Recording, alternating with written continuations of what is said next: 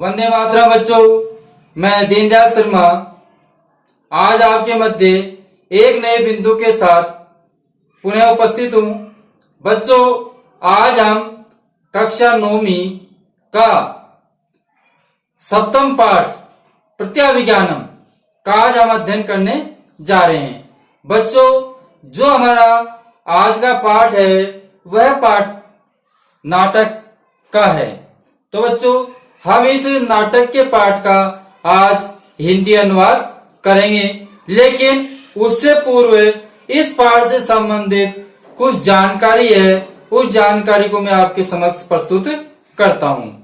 बच्चों, जो हमारा आज का पाठ है प्रत्याभिज्ञानम पाठ, यह पाठ महाकवि भास द्वारा लिखा गया है। बच्चों, जो भास है, महाकवि भास है, ये प्रथम नाटककार के रूप में जाने जाते हैं।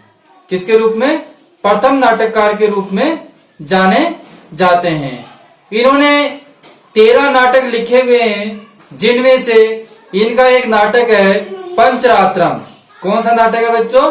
पंचरात्रम नाटक है। तो पंचरात्रम नाटक से ही आज का जो हमारा नाट्य है प्रत्याभिज्ञानम, यह लिया गया है।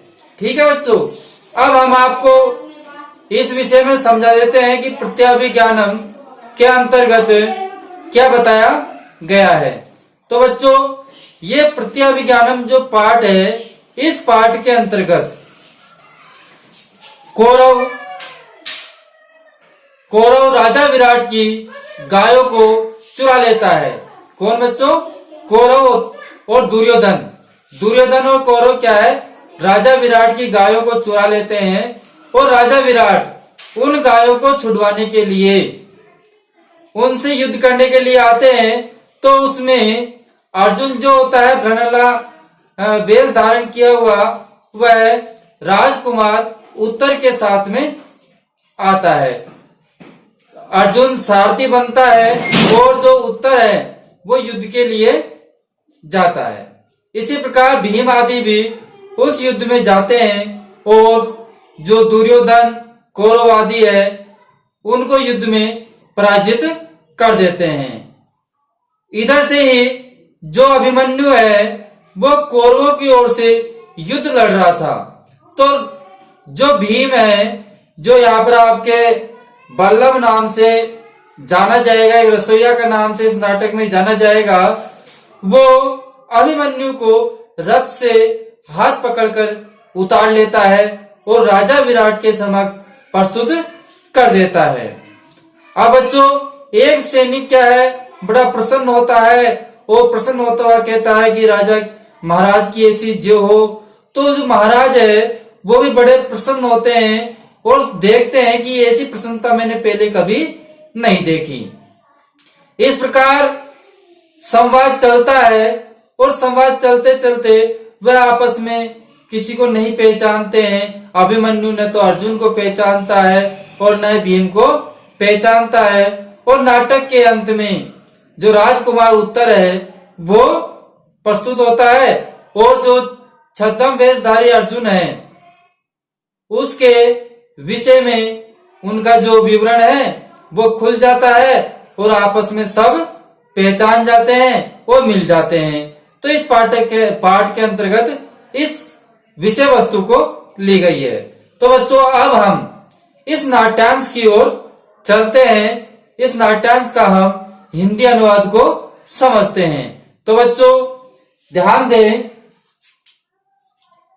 जय तू महाराज, महाराज की क्या हो? जय हो। महाराज का अर्थ जो राजा है उसके लिए कहा गया है। ठीक है, जय तुम्हारी जय हो। तो महाराज की जय हो, ऐसा भट्ट कह रहा है, सैनिक कह रहा है। ठीक है बच्चों, अब राजा क्या कह रहा है सुनिए। अपूर्व युत हर्षो। अपूर्व, अपूर्व का मतलब होता है कि पहले कभी इस प्रकार की प्रसन्नता नहीं देखी है, ऐसी अनोखी प्रसन्नता के विषय में है। हर्षो का अर्थ होता है खुशी। ब्रूहि मानी बोलो। ब्रूहि का अर्थ क्यों? बोलो या कहिए, बोलो या कहिए। केना से विस्मित है, मतलब किस कारण से, केनासी माने किस कारण से, आश्चर्यचकित हो। विस्मित का अर्थ होता है बच्चों आश्चर्यचकित है। ठीक है, तो कहने का तात्पर्य हुआ कि अपूर्व युक्त हर्षो, पहले कभी न देखी सी प्रसन्नता है, पहले कभी न देखी सी प्रसन्नता है। मतलब कि कहने का तात्पर्य कि ऐसी प्रसन्नता पहले कभी नहीं देखी। भूय मानी बोलो, भूय मानी बोलो, या कहिए, या कहिए कहना से किस कारण से, आश्चर्यचकित हो। तो तुम्हारी जो ये प्रसन्नता है ये कहिए किस कारण से आश्चर्यचकित है। इस प्रकार राजा कहता है, किससे, भट्ट से। क्या कहता है बच्चों, ध्यान से सुने। पहले कभी न देखी सी प्रसन्नता है तुम्हारी, पहले कभी न देखी सी प्रसन्नता है तुम्हारी, कहिए किस कारण आश्चर्यचकित हैं। बच्चों आप साथ साथ में इसके अर्थ को भी अपनी उत्तर पुस्तिका में भी उतारते रहे। ठीक है, अब हम आगे चलते हैं। अगला बिंदु है हमारा भट्ट। कौन सा है बच्चों, भट्ट। अब भट्ट कह रहा है, वो सुनिए ध्यान से, असृदयम। क्या, असृदयम। असृदयम का मतलब होता है, मतलब विश्वास न करने योग्य। असृदयम का अर्थ क्या होता है बच्चों, विश्वास नहीं करने योग्य। प्रिय प्राप्तम, प्रिय प्राप्तम, तो कहने का मतलब जो विश्वास न करने योग्य क्या है, प्रिय प्राप्तम, मतलब ऐसा समाचार मिला है। विश्वास न करने योग्य क्या मिला है, प्राप्त माने मिला है।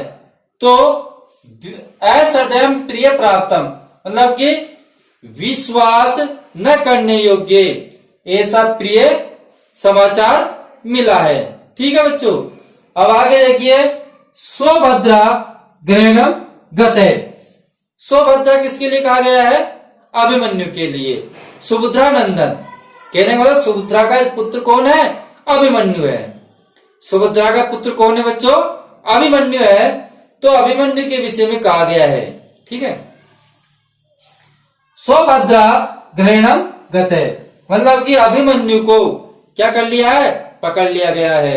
अभिमन्यु को पकड़ लिया गया है। जो सुभद्रा नंदन है, सुभद्रा नंदन है, अभिमन्यु को पकड़ लिया गया है। तो बच्चों भट्ट क्या कह रहा है, विश्वास न करने योग्य समाचार मिला है। विश्वास न करने योग्य क्या मिला है, समाचार मिला है। सुभद्रा नंदन अभिमन्यु को पकड़ लिया गया है, अर्थात हम कह सकते हैं कि बंदी बना लिया गया है। अर्थात हम क्या कह सकते हैं, बंदी बना लिया गया है। इसी प्रकार आगे देखिए, राजा कथम इदानीम घृतम। कथम, कथम का अर्थ होता है कैसे। इदानीम मानी अब ये कैसे, अब ये कैसे घृत मानी पकड़ा गया। अब ये कैसे पकड़ा गया, कौन कह रहा है बच्चों, राजा कह रहा है। क्या कह रहा है, अब ये कैसे पकड़ा गया है। इदानीम का अर्थ क्या होता है, अब। कथम मानी कैसे, घृत मानी पकड़ा गया है। तो अब ये कैसे पकड़ा गया है। ठीक है बच्चों, समझ में आ रहा है आपके।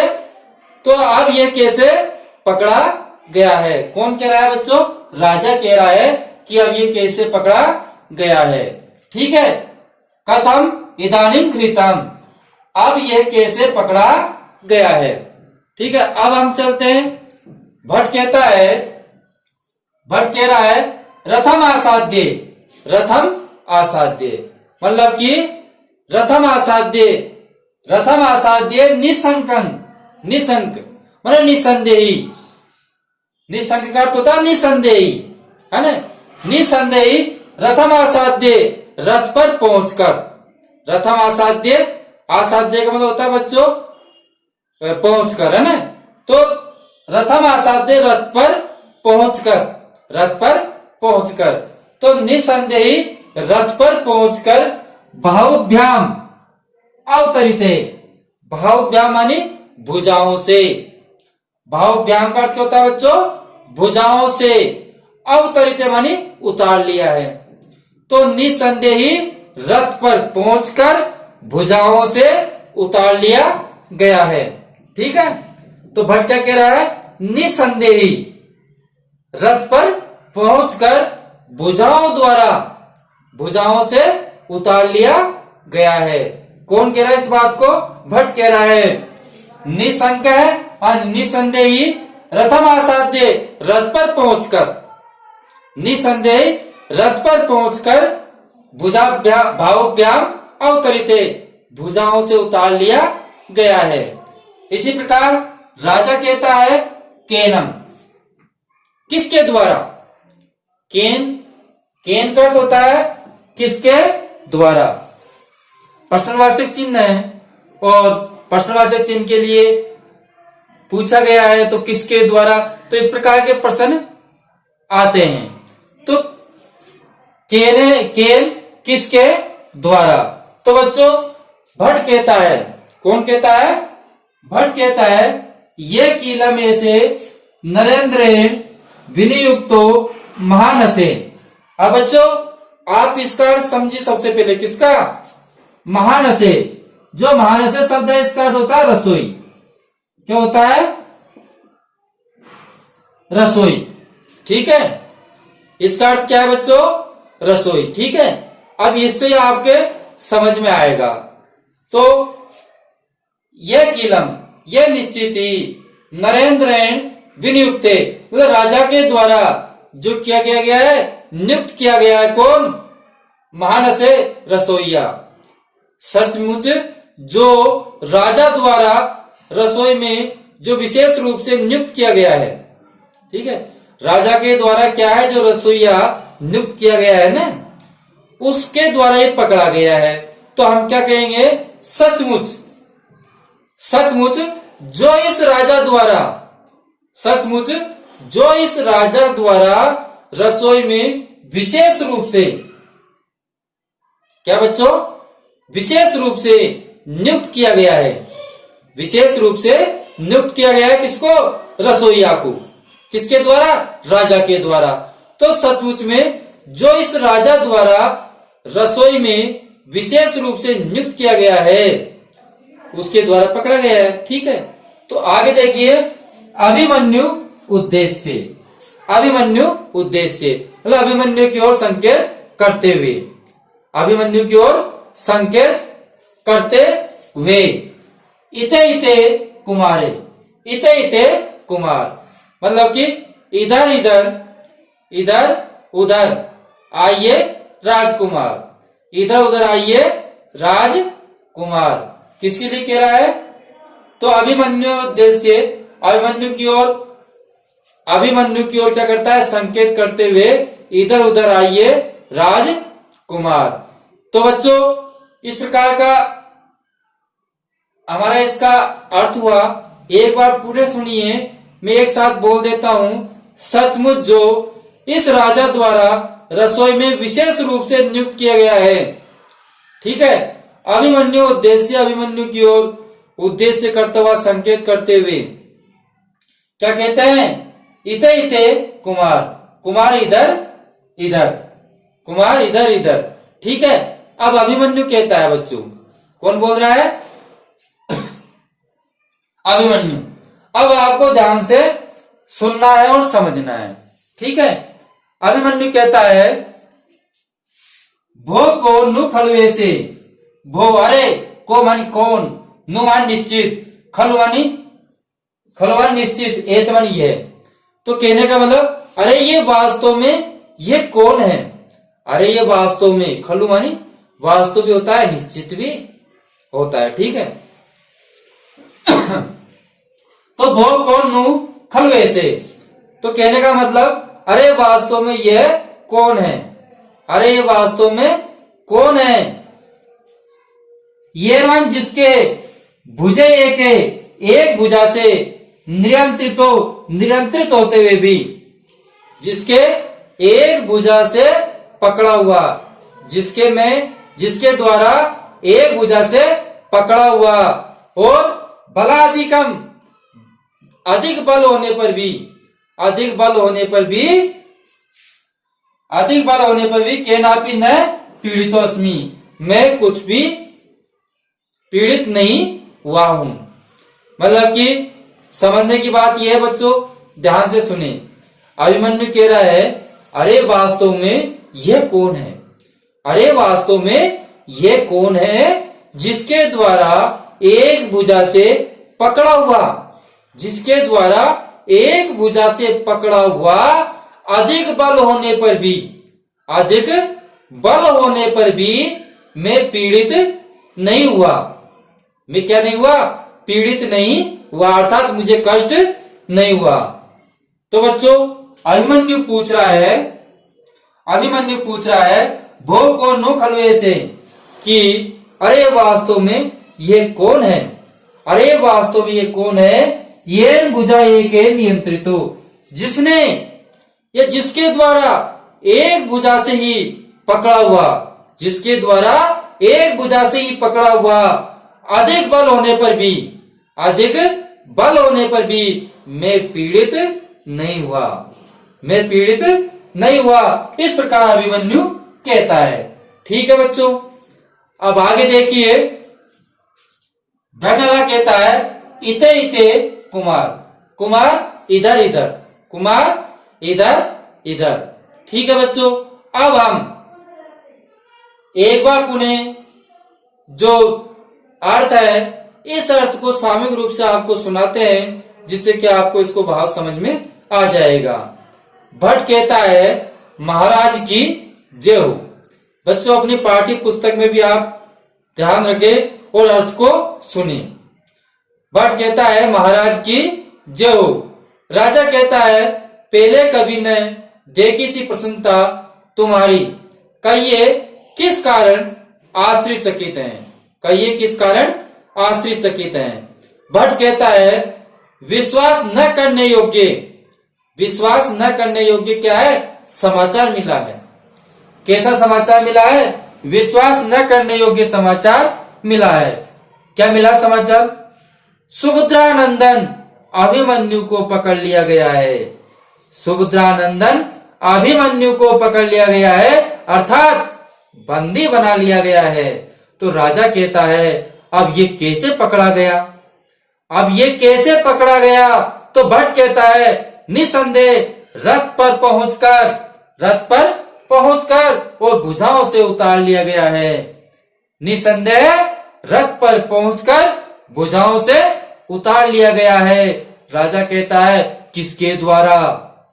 राजा क्या कहता है बच्चों? किसके द्वारा? तो भट्ट कहता है सचमुच जो इस राजा द्वारा रसोईया में विशेष रूप से नियुक्त किया गया है, जो राजा के द्वारा रसोईया में विशेष रूप से नियुक्त किया गया है, और अभिमन्यु की ओर संकेत करते हुए कहता है इधर उधर आइए राजकुमार। अब अभिमन्यु कहता है अरे वास्तव में ये कौन है, अरे वास्तव में कौन है जिसके द्वारा एक भुजा से मैं पकड़ा गया, अधिक बल होने पर भी मैं पीड़ित नहीं हुआ, अधिक बल होने पर भी मैं पीड़ित नहीं हुआ। और अगला है हमारा भ्रनला इते इते कुमार, कुमार इधर इधर, इते इते यानी इधर इधर कुमार। तो बच्चों आज का हमारा जो नाटक का बिंदु है यही पूर्ण होता है। अब हम अगले बिंदु में देखते हैं कि जो भ्रनला है वो किसको बुला रहा है और भ्रनला और अभिमन्यु के बीच में क्या वार्तालाप होती है और भीम उसमें क्या कहता है और जो अभिमन्यु है वो राजा के साथ में किस प्रकार वार्तालाप करता है, इन सब बिंदुओं को हम आपके समक्ष अगले बिंदु में लेकर आ रहे हैं। तो बच्चों आपको आज का हमारा वीडियो अगर पसंद आया है तो वीडियो को आप जरूर लाइक करें, और जिन्होंने अभी तक चैनल को सब्सक्राइब नहीं कर रखा है तो वो चैनल को जरूर सब्सक्राइब करें।